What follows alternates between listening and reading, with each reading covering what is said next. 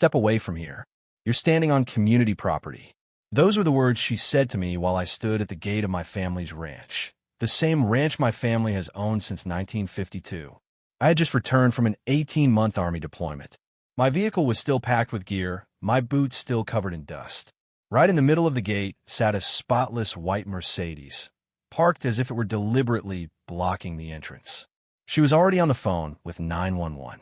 "Officer, there's a man refusing to leave our property." Somewhere down the road, sirens echoed. I reached into my pocket and pulled out the original land deed, the same document my grandfather registered when this land was nothing but open country and no HOA even existed. She kept smiling, completely confident, as if my arrest was only moments away. She had no idea that this single phone call was about to shake her entire world. If someone tried to take land your family has owned for generations, what would you do? Let me take you back to the beginning. Stone Creek Ranch is my family's identity. My grandfather, Frank Stone, built his entire life on this land in 1952. 200 acres of Texas hill country, wide pastures, old oak trees, and a natural creek that flows year-round. This place isn't just land. It's history, work, and sacrifice passed down through generations. I'm third generation. I serve in the Army Corps of Engineers, trained in infrastructure, water law, and land surveying. The military taught me something important. When someone attacks you, you don't just defend, you document everything. That lesson was about to matter more than I ever expected. This ranch isn't just scenic. We raise cattle here. We host the county fair. My workshop has helped more neighbors than I can count. If a tractor breaks down, I fix it. If someone runs out of feed, our barn doors stay open. That's how this community has always worked. Until things changed. 3 years ago, city life moved in next door.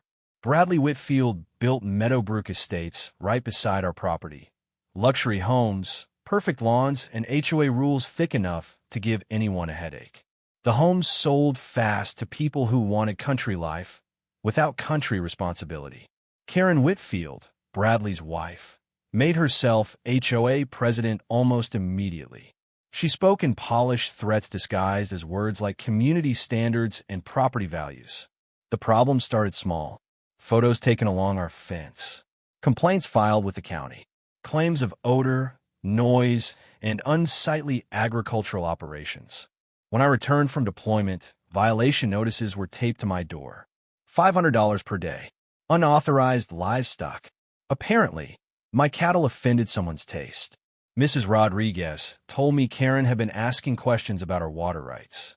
The old gate post where my grandfather carved Stone Creek 1952 had fresh marks on it. Karen hired a surveyor and claimed our access road belonged to the HOA.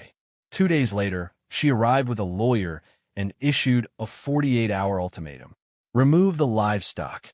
At that exact moment, my bull Roosevelt walked up to the fence and stared at her Mercedes, silent, calm, and intimidating.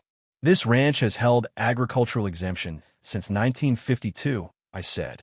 She replied, "It's residential now. Your hobby farm is lowering property values." Hobby farm. That's when I knew this was only the beginning. Karen unleashed a flood of complaints, zoning, health hazards, noise. Then she targeted the creek, claiming ranch runoff endangered children. Contractors began diverting the creek one morning. That was her biggest mistake. My grandfather held riparian rights on that creek, federally protected. Any diversion without consent is illegal. I took water samples, mapped the watershed. Then I contacted the Texas Water Development Board. 3 days later, Karen received a cease and desist order. $10,000 per day in fines. A state inspector called our ranch a model operation. The newspaper ran a photo of Roosevelt drinking from the creek like a king. Her plan collapsed. Then code enforcement arrived, barn violations, fence height, workshop inspections. Every citation was based on residential codes that didn't apply to agricultural land. So Karen went lower. She attacked my military record. Online posts labeled me a dangerous veteran. She filed a restraining order. But I had video footage of every encounter. The sheriff reviewed the evidence and apologized. That's when I found the truth.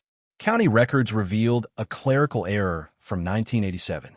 25 acres had never been legally transferred. The same land where the HOA entrance, road, and community center were built. The HOA was standing on our land, and my family had paid taxes on it for 70 years. This wasn't harassment anymore. It was occupation. At the county hearing, media and homeowners packed the room.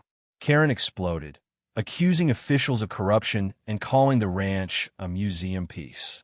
That moment destroyed her case. The commission ruled. The 25 acres belong to Stone Creek Ranch. All HOA claims are void. The HOA must be dissolved. Karen was removed from leadership. Today, Meadowbrook Estates is completely different. A new HOA, a cooperative approach, ranch and community working side by side. Karen and Bradley left town. Roosevelt is now a local legend. And me? I'm still here, standing on the same ranch where my grandfather once stood. The lesson is simple. The law stands with those who protect their land, their history, and their dignity, and who keep their record straight.